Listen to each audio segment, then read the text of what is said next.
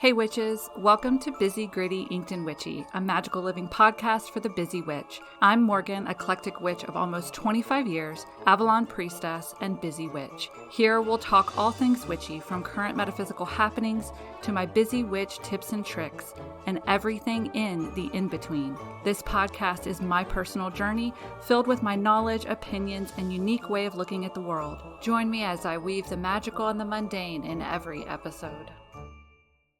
Hey witches, welcome back to Busy, Gritty, Inked and Witchy. I'm Morgan, and today I am sharing with you all what I've learned in 2024. So this is basically my end of the year recap video podcast episode for you all, because I am letting you know now there will be no new episode next week, which is Christmas Day. Like Wednesday is Christmas Day. I am taking the entire week off. I'm taking the entire week off and to rest and do some shadow working, do some journaling, figure some shit out for 2025. So there will be no episode next week. And then my episode the following week, which will be on, January 1st, will completely be looking forward into 2025, not looking back in 2024. So that leaves this week with my recap video podcast episode. For those of you who are listening on the podcast, I do put a video on YouTube. So if you want to switch over to watching this episode, there you go. Okay, so I'm going to get deep today too. Like, holy shit, deep. When I was writing everything out, I did not realize I did realize how many transformations I went through this year, but it led to some shit. It led to some shit, you guys. So I'm going to share it all with you. Yeah, we're going to have fun today. Okay, so my word for 2024 was rewilding. And I ended up turning my word for the year into an entire year-long program for my Ink Spirit Coven, which I think they have thoroughly enjoyed. We're done with December because we did things back to back this month. But for January, we're going to move into crystals. And then for February, we're moving into death and rebirth and transformation, including a funeral ritual. It's going to be super fun. And then whatever I have planned for 2025 will start in March. Yeah, that's fun. Anyway, so my goal when I set this word of the year, before I even had thought of like turning it into an Ink Spirit, theme for the whole year, I was like, what does rewilding mean to me? And to me, it was all about wanting to get back to my feral, primal, intuitive, witchy self. I wanted to release the wild witch within me. I wanted to go with the flow more. I wanted to operate off of intuition more than logic. And if you're wondering, like, do I think it was successful? Hell fucking yes, I think it was successful. At least for me, it was. Okay. I realized this year, and this is just kind of like an overview, and then I'm going to get into 3 main points or 3 big lessons that I learned this year. But overall, I realized that I am a chaos witch this year, and for me, I really embraced emotional magic, and like on the fly magic. And that's what being a chaos witch is to me. I stood up for myself against a toxic person in my life, which led me on a massive healing journey, which also led to forgiveness. And that was massive. Like, just sitting here thinking about how I finally stood up for myself, and the impact and like what it did for me as a person just was absolutely transformational. I got back to my roots with Ink Goddess Creations, my business. We went a little bit darker with our aesthetic. We definitely got back to hand making a lot more items, more like limited edition type stuff, more crafty witch items, more specialty kits. And like, this is where I am at my core, like when I'm creating products for the business is what would I use? What do I use? But it's all about, for me, I love that handmade witchy aesthetic and the darker aesthetic of witchcraft. And so this year I was so scared in the past to switch over to a little bit of a darker aesthetic. And I'm not talking like dark witch, but like more gray witch in between. And I was so scared in the past to switch over to that. And I finally this year was just like, fuck it, we're doing it. And while I'm still on this journey, I really faced my visibility issues as being the face of Ink Goddess Creations. That led me to recording my podcasts and putting them on YouTube. But not only that, not editing the podcasts. So that was actually a very huge shift for me, because before it was all about how people perceived me. And so I wanted to make sure I was putting forth not necessarily perfection, but I wanted to make sure people looked at me and saw me as put together. And even though I'm not. And that was part of my visibility issue. And like, we'll go more into that later in the episode.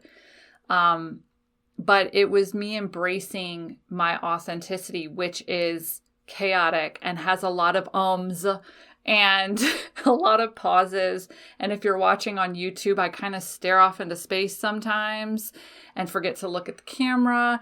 And like, this is all a part of who I am, but it was a part of me that I was so scared to show people.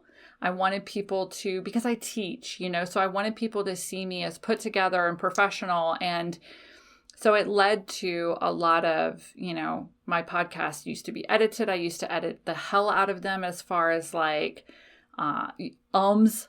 There were no ums in earlier ones, no long pauses.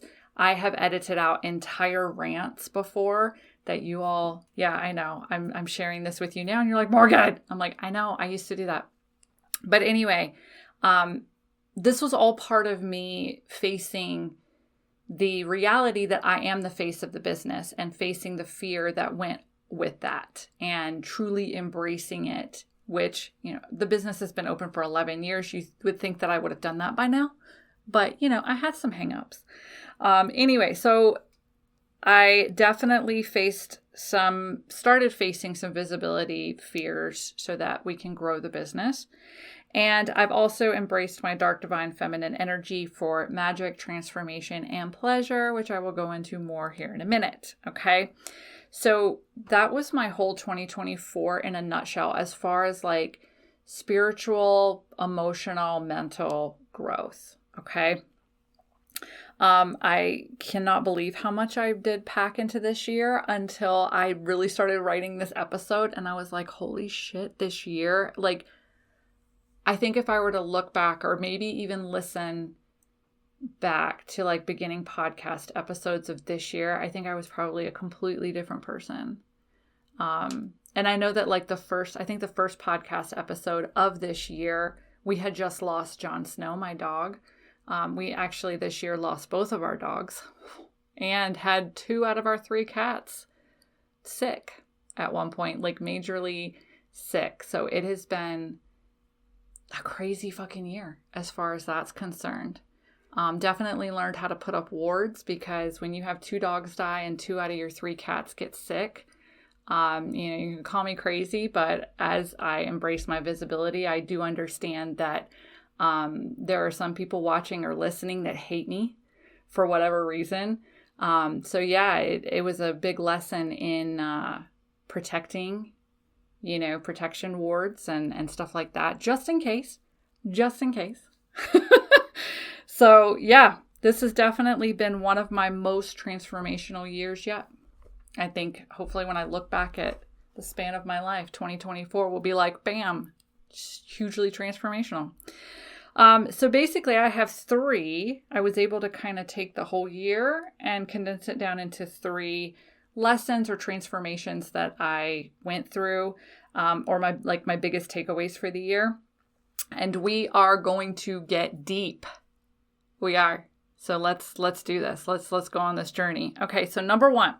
And if anything I say, if you start to go, girl, what did you just say? Just hear me out. Just listen. Listen a little bit longer. Okay? I'll fully explain it. Okay? I don't want to lose anyone somewhere along the way because of a misunderstanding, because that's already happened this year. I'll go into that too. Okay. Number one, you 100% control your reality through perception. That is the biggest thing I learned this year. Okay? The biggest shifts in my life from this year have started because of a shift in my mindset or my perception. Okay.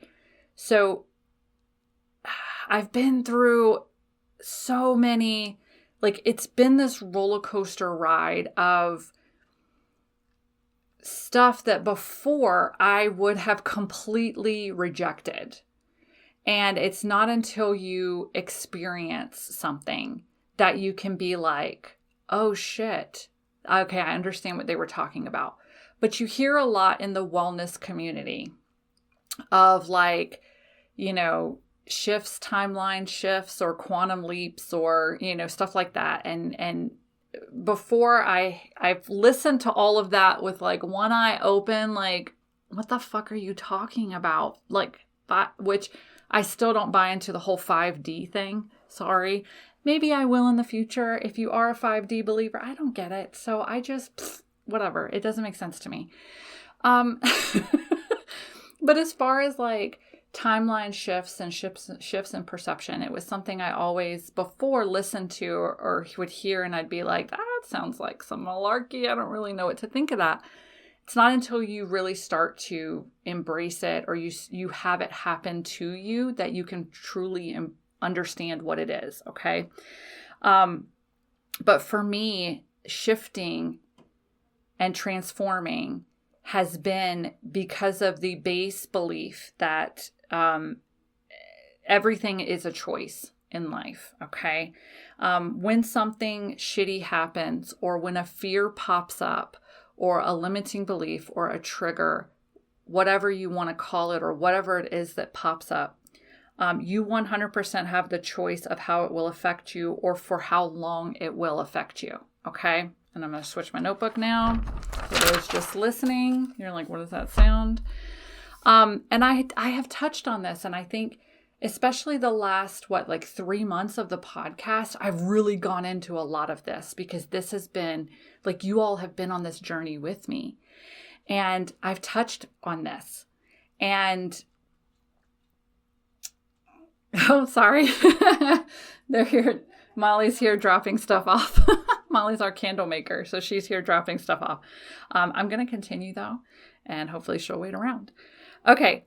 So I've talked about this already. I've talked about a lot of these things already, but I've kind of done, little tidbits of it. And I didn't realize until I was doing this whole episode and kind of summarizing everything today, how big it got for me, or how much of an impact these things made on me. Okay. So I've done, I did an episode on the power of choice right after the election, but I'm going to go a little bit deeper, and I'm going to say some things that I wanted to say in that episode, but I chose not to, okay, because it was fresh and new. So there is a Tibetan Buddhist philosophy, and this is where I need you all to hear me out, and I need you all to stick with me for a little bit, okay? There is a Tibetan Buddhist philosophy that pain in life is inevitable. So you will go through life. You cannot go through life without experiencing pain, okay? Pain is inevitable. Suffering is a choice, okay? And I lost an Ink Spirit member earlier this year because of this. There was a misunderstanding of this philosophy, and she chose to leave the coven because we did not see eye to eye on this at all, because she thought I was saying that pain is a choice. And I never once said pain was a choice. I have told my Ink Spirit customers, my coven members, we've talked about this. We've talked about how pain is inevitable, but suffering is a choice. And there's a huge distinction between the two. Okay. So when pain happens, because pain is going to happen. Okay. Pain is going to happen. And we are talking physical, mental, emotional, and spiritual. Pain is going to happen in your life. Shit happens. Okay. These are places for you to grow, to learn lessons, to pivot, to change, to transform. Okay. But when pain happens or shit happens, feel it and sit in it. I tell everyone that. Feel it and sit in it, because you do not know where to go from pain unless you feel the pain. So you can't just be like, oh, I'm not going to feel this. I'm not going to feel this. You have to sit in it. You have to feel it. Okay. But at some point, the pain will end. And this is physical pain, mental pain, emotional pain, or spiritual pain. At some point, pain ends. Okay. At that point, and there's no set time frame. Like, I'm not going to sit here and tell you, like, for me specifically, for example, I had 2 dogs die this year. Okay. That is painful. That was shitty. Okay. And there's no set timeline of like, okay, well, we had Jon Snow for X number of years and he was X, age.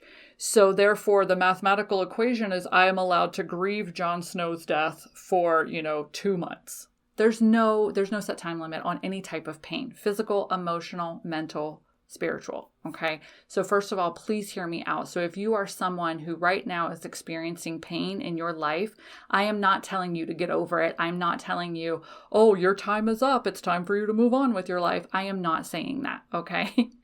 So let's get that straight. But at some point, pain ends. Okay. At that point, if you are continuing to feel the pain, reintroduce it in your life, go over it in your head, re-inflict it, then that is a choice and you are choosing now to suffer. Okay. And that's what this Tibetan Buddhist philosophy goes back thousands of years. This is not me saying this. Okay. Pain is inevitable. You cannot prevent pain from happening in your life, but suffering is a choice. Okay. How long you sit in the pain, how long you prolong it, is completely up to you. Okay. The shit and the pain is an invitation. And this is what I learned this year. When shit happens, when pain happens, it is an invitation to shift something in your life so that that thing doesn't hurt anymore or that thing doesn't happen again. Okay. You choose to accept the invitation or deny it. And if you choose to deny the invitation to shift, to heal, then you are choosing to suffer. And that is where I do lose a lot of people with this philosophy, because I do believe it so much. They're like, I'm not choosing to suffer. Okay, but if you're not choosing to heal, then you're choosing to suffer. Does that make sense at all? Okay, so this goes into perception as well. And I'm going to tell you a very quick story that proves this philosophy. Okay. We have an Ink Spirit Coven member who I absolutely love. She is amazing. Every time she shows up to the classes, she is interactive. She is just a light. She is such a bright light. I found out this year she has stage 4 cancer. And when I found that out, like, she's had it the whole time she's been a member. I would have never known that because her perception and her light is so bright. So she chose life. She chose to take the diagnosis that she had, and she chose to live because of it. And that's perception.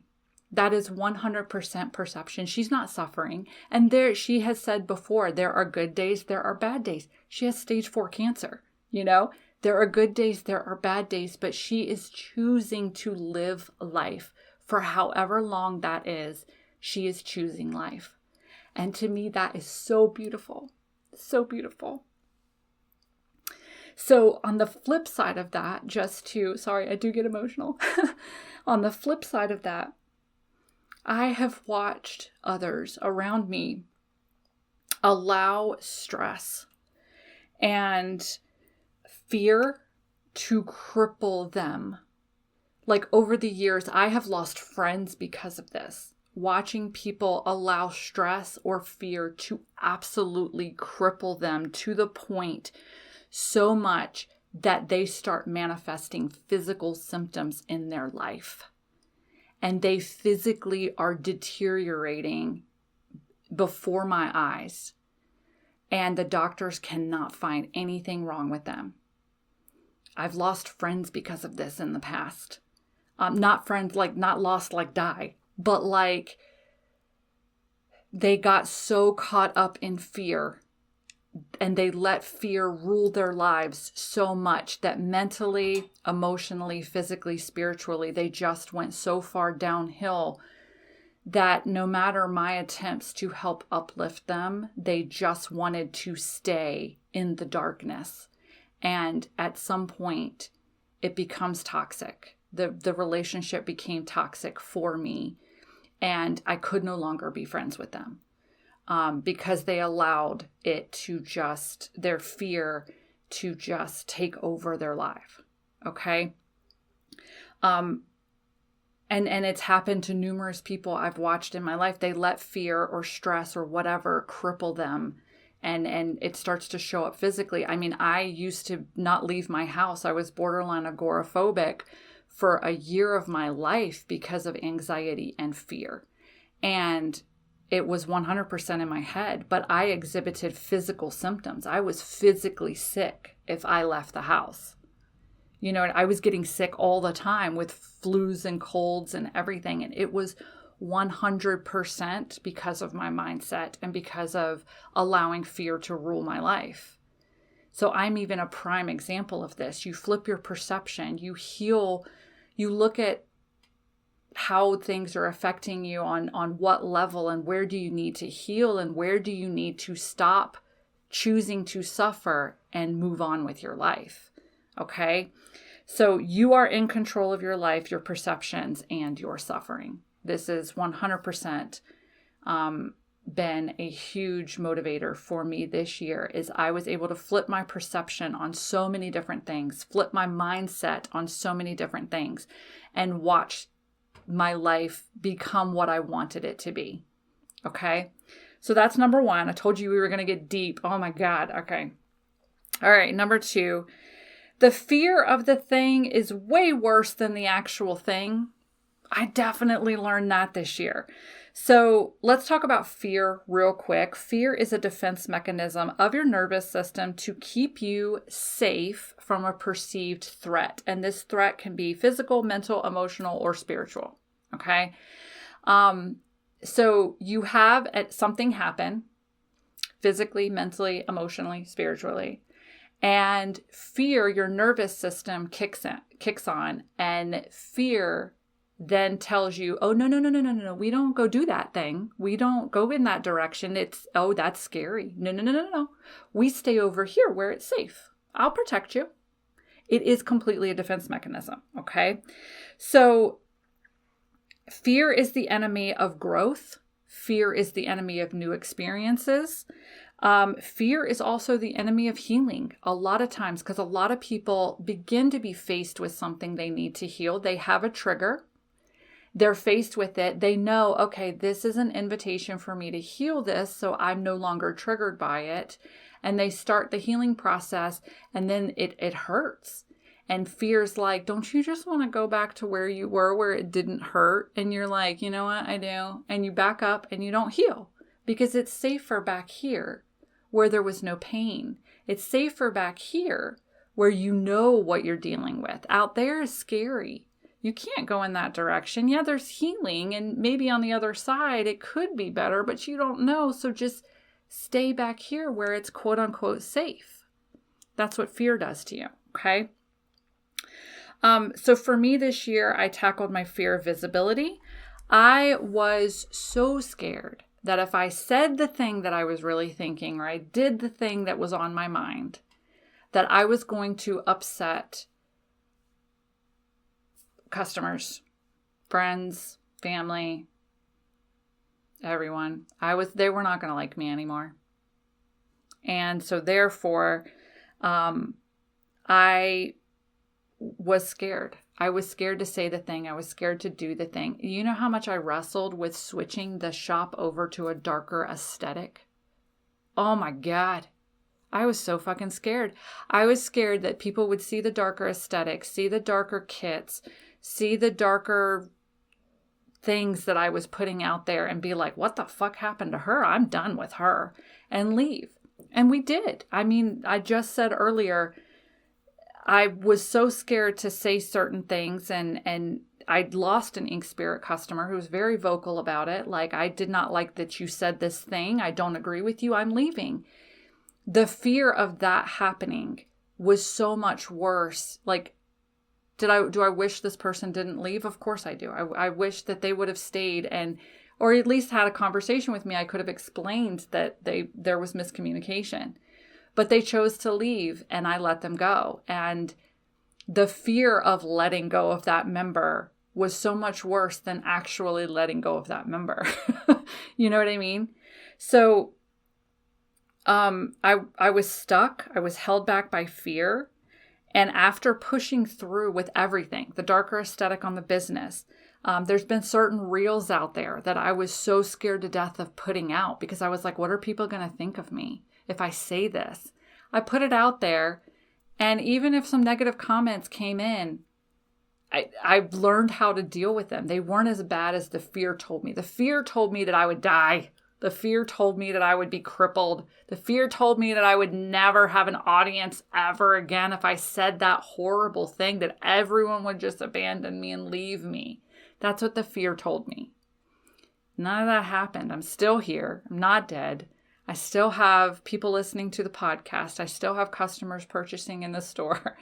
And not only that, but a lot of the feedback from the last, especially 6 months, has been amazing. People are like, oh my God, this is great. Thank you for saying this thing. Thank you for doing this. Thank you for creating this. The website is beautiful. Your social media is beautiful. Whatever it was. And I stopped doing things for praise too. I stopped doing things out of fear of not getting praise. I do things because I want to. I do things because they make me happy. And I shed the fear of approval of others.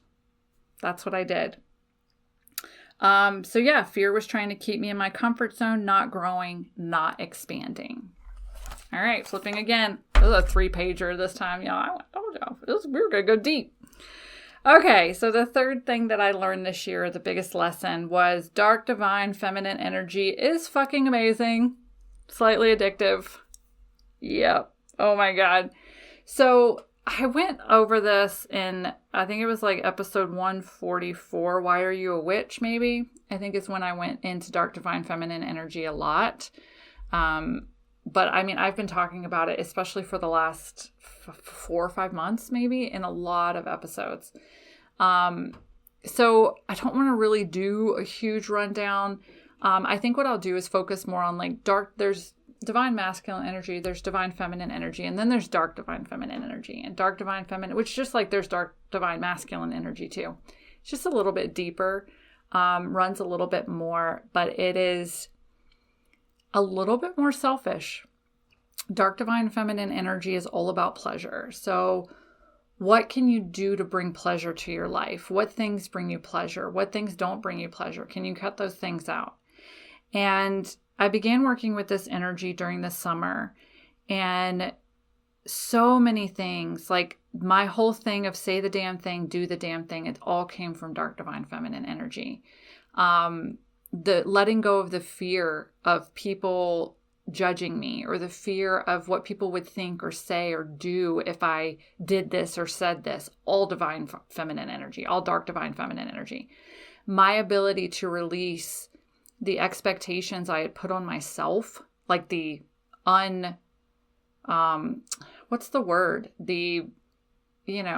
unrealistic expectations I put on myself, this need to be perceived as perfect, went out the door.